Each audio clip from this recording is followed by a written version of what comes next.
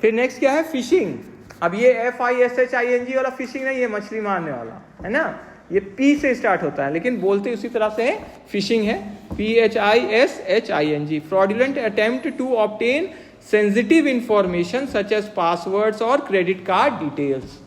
ठीक है, आप धोखा देके क्या कर रहे हैं, मेन कॉन्फिडेंशियल इंफॉर्मेशन जब ले रहे हैं, ठीक है, जैसे पासवर्ड या क्रेडिट कार्ड डिटेल, जैसे आप फॉल्स वेबसाइट बना लिए, हाँ, SBI का ही मान लेते हैं, कोई गलत वेबसाइट SBI का जो है हल्का सा कुछ बस उसमें एड्रेस में चेंज करके कि लगे कि SBI का है, वैसे कर लिए। क्यों किए, ताकि दूसरे लोग का वो लॉगिन और पासवर्ड और ये सब चुरा के उसको फायदा उठा सके। तो इसको क्या बोलते हैं हम लोग, फिशिंग। जैसे मछली को फंसाते हैं ना, तो इसीलिए इसका भी नाम देखिए उसी जैसा, फंसाना। समझ में आया, फंसाना मतलब क्या होता है, किसी और चीज को, मतलब रियल सिचुएशन को छुपा के, है ना, रियल चीज को जैसा दिखा के क्या करना, उसका फायदा उठा लेना, तो उसको क्या बोलते हैं, फंसाना, है ना। तो फिशिंग P से लेकिन है, याद रखिएगा, फिशिंग, फिशिंग का स्पेलिंग याद रखिएगा, वो फिशिंग वाला फिशिंग मत लिख दीजिएगा, मछली वाला। ठीक है, क्लियर है ये, लेकिन पढ़ते लगभग उसी तरीके से हम लोग। ठीक है, देखिए आइडेंटिटी थेफ्ट। आइडेंटिटी थेफ्ट क्या हो गया, stealing personal information to commit fraud. Personal information किसी का चुराना ताकि आप फ्रॉड कर सके। ठीक है, तो इसको क्या बोलते हैं, आइडेंटिटी थेफ्ट। ठीक है, जैसे किसी का पासवर्ड आप देख लिए या कोई ऐसा किए कि जिससे पता चल जाए और उसको ये अपने लिए यूज कर रहे हैं। फिर ऑनलाइन फ्रॉड है। ऑनलाइन फ्रॉड क्या हुआ, cheating people through fake websites और ट्रांजैक्शन। ठीक है, गलत वेबसाइट या गलत ट्रांजैक्शन से आप क्या कर रहे हैं, धोखा दे रहे हैं, तो इसको ऑनलाइन फ्रॉड। तो ये एक बड़ा कैटेगरी है। तो फिशिंग भी तो ऑनलाइन फ्रॉड ही हो गया ना, हुआ कि नहीं हुआ, क्योंकि वहां पे भी अगर वेबसाइट बना के आप कर रहे हैं तो वही चीज है। ठीक है, साइबर स्टॉकिंग, हैरेसिंग और थ्रेटनिंग इंडिविजुअल्स ऑनलाइन। तो ये तो देखते हैं ना हम लोग कि कोई पोस्ट किए कोई, तो फिर उनको सब धमका रहे हैं या ऐसे कर रहे हैं, तो इसको क्या बोलते हैं हम लोग, साइबर स्टॉकिंग।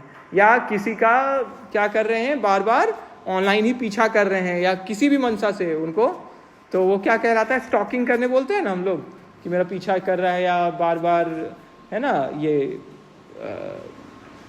मतलब हमको एक जगह से तंग करना हुआ। क्लियर हो गया सबको, हैरेस करना, है ना, किसी को ज़्यादा मतलब जो प्रेशर नहीं देना चाहिए या जो चीज़ नहीं करना चाहिए, हम लोग ऑनलाइन ऐसा किसी को भी क्या कर रहे हैं, प्रेशराइज कर रहे हैं। ठीक है, या उनको धमकी जैसा कुछ हो गया, या गलत लैंग्वेज का भी यूज़ करते हैं ना जो लोग, ठीक है, ऑनलाइन। ठीक है, तो ये सब क्या है, गलत तरीका है। इफेक्ट्स ऑफ साइबर क्राइम, इसका क्या इफेक्ट होता है, पहले देखिए फाइनेंशियल लॉसेस। ठीक है, effects of cyber crime, financial losses, financial loss हो सकता है। दूसरा, थेफ्ट ऑफ पर्सनल और बिजनेस डेटा, चोरी हो सकता है आपका पर्सनल या business data. Damage to organisational reputation, आपका रेप्यूटेशन को नुकसान हो सकता है, डैमेज हो सकता है। जैसे बैंक का वेबसाइट हैक हो गया, तो अब उनका रेप्यूटेशन तो ये होगा ना कि बैंक का ये हो गया है, थोड़ा सिक्योरिटी इतना अच्छा नहीं है, तो थोड़ा नाम थोड़ा डाउन होता है ना बैंक का। ठीक है, या जिसका भी ऐसा हो रहा है। डिसरप्शन ऑफ ऑनलाइन सर्विसेज, तो सर्विसेज भी तो रुकेगा ना जब तक क्या हुआ है, हैक हो गया या उसका कुछ इलीगल एक्टिविटी वहाँ पे हो रहा है। ठीक है, प्रिवेंशन मेजर्स, प्रिवेंशन मेजर्स में कैसे बच सकते हैं हम लोग, स्ट्रॉन्ग पासवर्ड्स का यूज़ करके और ऑथेंटिकेशन। ठीक है, मतलब अपना सिक्योरिटी को मजबूत करके। Install firewalls and antivirus software, firewall जो अनऑथराइज्ड एक्सेस को प्रिवेंट करे, हम लोग उसको रख के ऑनलाइन ऑन करके, और एंटीवायरस सॉफ्टवेयर। देखे होंगे आप लोग, कंप्यूटर में आता है ऑप्शन, फायरवॉल ऑन रखना है कि ऑफ रखना है, देखें ऑप्शन सिक्योरिटी में रहता है सेटिंग्स में। Avoid suspicious emails and links, जो ऐसा ईमेल या लिंक कोई आ जाए जिसके बारे में आपको जानकारी नहीं है, उसमें हम उसको ओपन नहीं करें, एंटर नहीं करें उसमें। यूज सिक्योर वेबसाइट्स, ठीक है, जहाँ भी शक लगे वो नहीं करें, सिक्योर वेबसाइट्स का यूज़ करें। फिर regularly update security systems, update करते रहे, इसीलिए हम लोग को मोबाइल में भी आता है ना अपडेट, आता है कि नहीं, इवन ऐप्स भी अपडेट होते रहता है ना। इंपॉर्टेंस ऑफ प्रोटेक्शन, तो बचाव का क्या अहमियत है, protecting computer systems from viruses and cyber crime is essential. ठीक है, ये ज़रूरी है। ठीक है, प्रोटेक्ट करना कंप्यूटर सिस्टम को वायरस से और साइबर क्राइम से, ठीक है, ताकि मेरा डेटा का सिक्योरिटी मेंटेन हो सके। इंश्योर कर सके हम सेफ ऑनलाइन ट्रांजैक्शन, ठीक है, इजीली हम ट्रांजैक्शन कर सके, पीडीएफ में आइए, इधर उधर मत जाइए, और प्रोटेक्ट कर सके इंडिविजुअल्स और ऑर्गेनाइजेशंस को from financial and informational loss, finance वाला लॉस और इंफॉर्मेशन लॉस से हम बच सकें, ठीक है।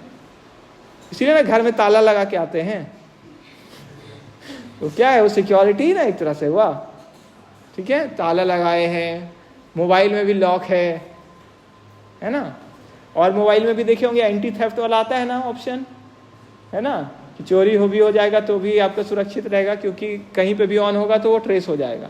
इसीलिए आजकल आता है ना खूब सारा इसमें न्यूज़पेपर में, इतना चोरी हुआ था फ़ोन या गुम हो गया था, देखिए तुरंत मिल गया, बोलते भी रहते हैं ना सब।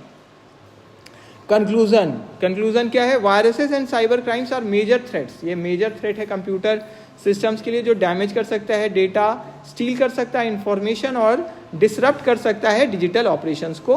तो इसीलिए हमारा स्ट्रॉन्ग साइबर सिक्योरिटी मेजर्स ज़रूरी है ना, हम इसके लिए क्या करें, प्रावधान करें, इसको हम लेके चलें, ठीक है।